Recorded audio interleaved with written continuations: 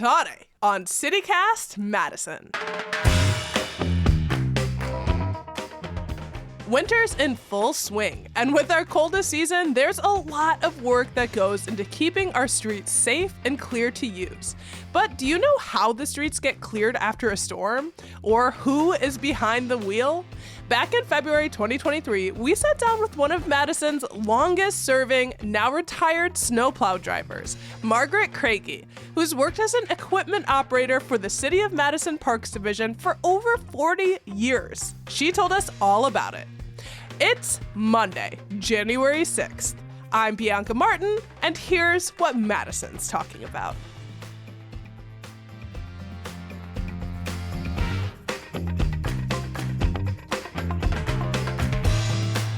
Margaret, hello. Hello. How are you today? I'm good. I'm so grateful to be talking to you. You're not just any plow driver, but you actually were the first woman to be hired by the Parks Division to operate heavy equipment. Your job title with the city is heavy equipment operator. So you also do things like operating bulldozers and other powerful machines. I'm curious, being the first woman to do so in our city's history, what's that been like? Do you encounter that like classic sexism as a woman about doing your job? Yes, I was actually pretty lucky when I got that job. The people on the crew that when I first started, for the most part, they were all very supportive, and most of them thought it was kind of neat that, I was willing to give it a try, and I had a lot of really good mentors, so they were willing to show me some of the tricks of the trade, so to speak. It was more a problem with other people. I would sometimes get the go home to the kitchen where you belong, or women should be in the office, not out driving dump trucks or things like that. But my husband was like, he thought it was just really, really neat. And he would, remind me, he's like, you can do anything that they can do. It's mostly pulling levers and pushing pedals and just paying attention to what you're doing. And so he was very, very supportive. I love it. And my son thought it was real neat. My son was fairly young at the time. And at one point he told one of his teachers, I want to grow up and do stuff like my mom, not my dad. My dad's a chef and I don't like to cook, but my mom gets to operate really cool machinery. I love that. I admire you too. I think it's very, very baller, and it just proves you've been doing this for over 25 years and keeping people safe. And it's all right for your man to be in the kitchen and you're out on the streets doing heavy equipment. Right. And personally, in terms of snow and driving, I'm kind of a scaredy cat, and for good reason. Driving in the snow is not for the faint of heart sometimes. What is it like to be in the driver's seat of this huge truck and sometimes in terrible weather? Describe that for us. Sometimes the most scary part of it is the other drivers around us. Very frequently, the other people driving down the road, they will go faster than what they probably should be in those kind of conditions. Probably the number one thing is that the cars oftentimes follow too close behind the plow trucks. And when they follow real close, we cannot always see them in our mirrors. So, and there are laws saying that, people are supposed to stay back behind the plow 200 feet, which a lot of people don't realize that's like 2/3 of a football field. You should not be behind the plow. If you're close to the plow, you are in the wrong. I oftentimes tell people, if you're behind a plow, stay a half a block back and you're good. We kind of have a saying, there's no such thing as a little accident when it comes to the big equipment like that. Very oftentimes after an accident like that, the car is being moved on a tow truck, not on its own accord. Yeah. That's important to know. I'm curious, you're talking about like moving, having to kind of be nimble and that sort of thing. I naturally, as a car driver, put my mirror in. Has there ever been an incident where you accidentally took someone's mirror off of a parked car? I have actually been really lucky. I have never, with the plow truck, hit any vehicle or any mirror She's with the skilled. plow truck. To my knowledge, I have only knocked down one mailbox in all those years during a heavy snow. And the snow flew up and hit the mailbox, and the mailbox fell off of the post. So I had to call the supervisor and let them know that. I'm very impressed with that record. Well, thank you. It may seem odd to a lot of people. So the plow truck drivers, it happens frequently that we work really long shifts. We don't just work an 8-hour day after a snowstorm and we're done. Oftentimes it's a double shift, so we can work maybe 16 hours in a row. Sometimes it just takes longer to get all the snow off of all the roads. And most of the plow truck drivers, if not all of them, when they are in that truck and they are actively plowing, they are like totally 100% wide awake, because there's so many things you need to be thinking about. You need to be thinking about, which road do I need to turn on? And here's this parked car that I got to go around. And, I have to have my plow turned like this.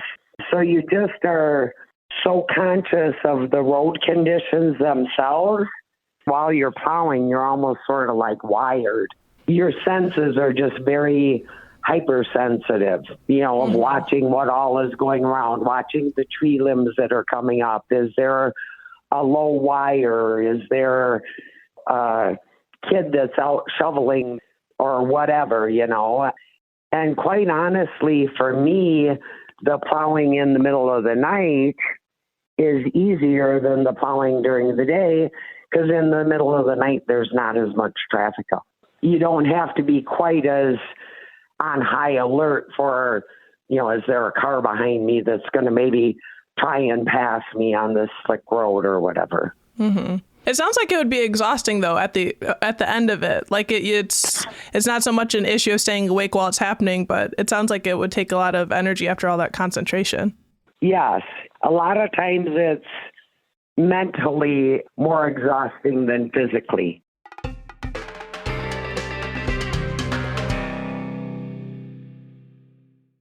With all of the time that you have been out on the streets and the nights and during the day, what's like the oddest thing you've seen? You must have seen some odd stuff.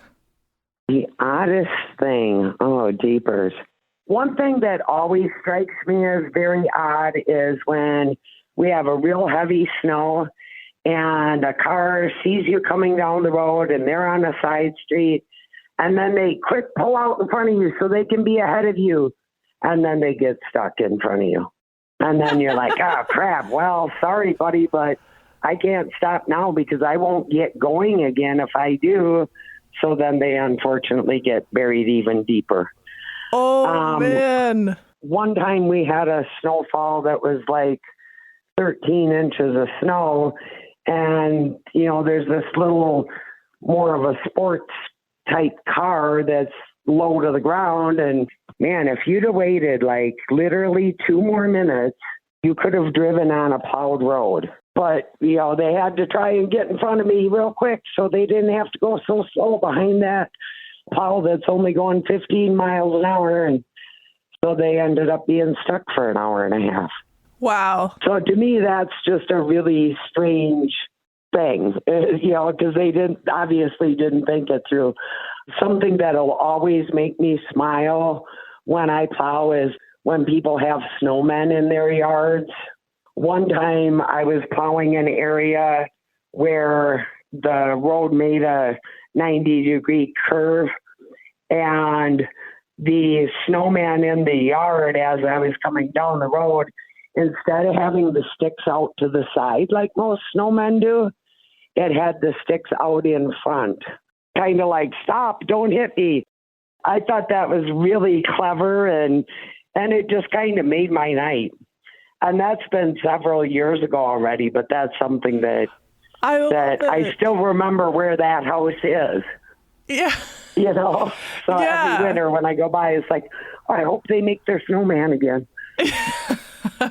Well, if that was you, make your snowman again.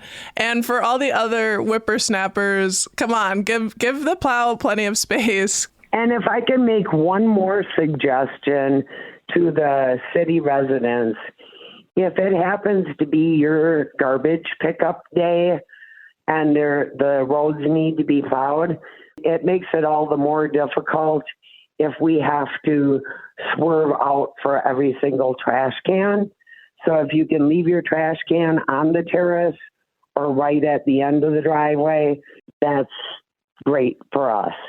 Sometimes Madison residents, they can complain about having huge piles of snow end up burying their car or their driveway. Why does that sort of thing happen? One thing that I hope that the residents realize is when all these plow drivers get home, they've got all that snow in the end of their driveway.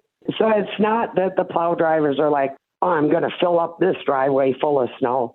I mean, we understand it because we're in that same boat. Absolutely. That snow has to go somewhere, and a lot of it goes up on the terrace, but in the spots where there's a driveway, and then, of course, that snow is going to go into the driveway.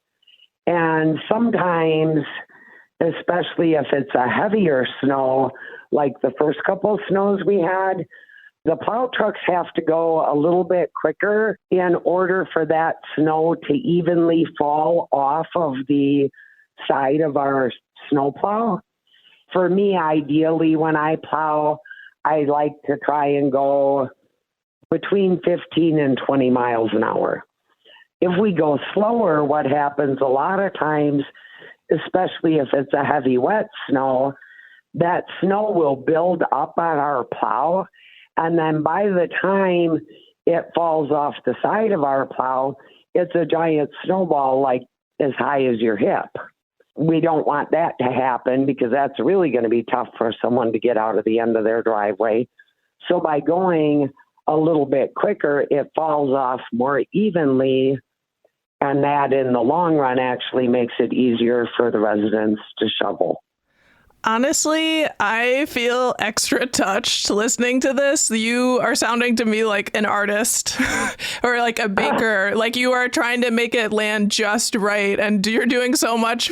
I mean, outside of when it's maybe scary, it feels like it almost might be kind of fun. It is kind of fun. And it's nice when you're done with your route. So I have a set route that I plow. My route happens to be from Verona Road to Whitney Way and from the Beltline to Raymond Road, every street inside of those boundary roads. And when you're done working and you've got all those roads done, it makes you feel good because it's like, there, now all these people can get to where they need to go. To me, I like that part of the public service because even if people don't necessarily say, oh, thanks for plowing my road, I know that they're going to be happier once their roads are plowed. What is your favorite part of this job? I think my favorite part is when I'm plowing during the day and the residents are outside shoveling and they wave to me or they give me a thumbs up or they give me a smile. That's like their way of saying, thank you for what you're doing. And that's like kind of a pat on the back to me. And because, occasionally you'll run into a resident that'll shake their fist at you or, or they'll put their hand on their hip. Like I just was shoveling here. I just got the end of my driveway shoveled out. And, and I'd say 99% of the people on my route, they'll wave to me or they'll give me a thumbs up when they see me coming down their road. That just is a really good feeling because it's like, now I know I'm appreciated. Yeah. And that goes a really long ways. I'm gonna come to your route, Margaret, and come find you. I've been here for a while, quite a long time, but I still enjoy my job. And I think there's a lot of people that have a hard time saying that. And I enjoy my job 99% of the time. I think that's half the battle sometimes. is enjoying what you do. It's wonderful to hear that. And we all get the benefits of the fact that you enjoy it and care about it so much. And you've been doing it so long. You are literally a trailblazer. You blaze the trail for us. And you being the first woman in the Parks Division to operate heavy equipment, that's really, really neat. And it's just been a pleasure talking with you, Margaret. Well, thank you so much. And actually, as far as I know, I was the first woman in any city department to be a heavy equipment operator 3. Oh, right. Upping it. That's my fun little brag. It was really, really neat to find out a little bit more and hear some stories about what it's like for you as a plow driver, especially in this city where snow is such a gift and also a challenge that we face together. Thank you so much for your time. Okay, great. And thank you for having me. I appreciate the opportunity to speak with you all. That's Margaret Craigie, now retired equipment operator for the City of Madison Parks Division. Her retirement was in March 2023, and Craigie was recognized by the city for her 42 years of dedicated service. Thank you so much. And a thank you to all of Madison's brave snowplowers. We truly appreciate you.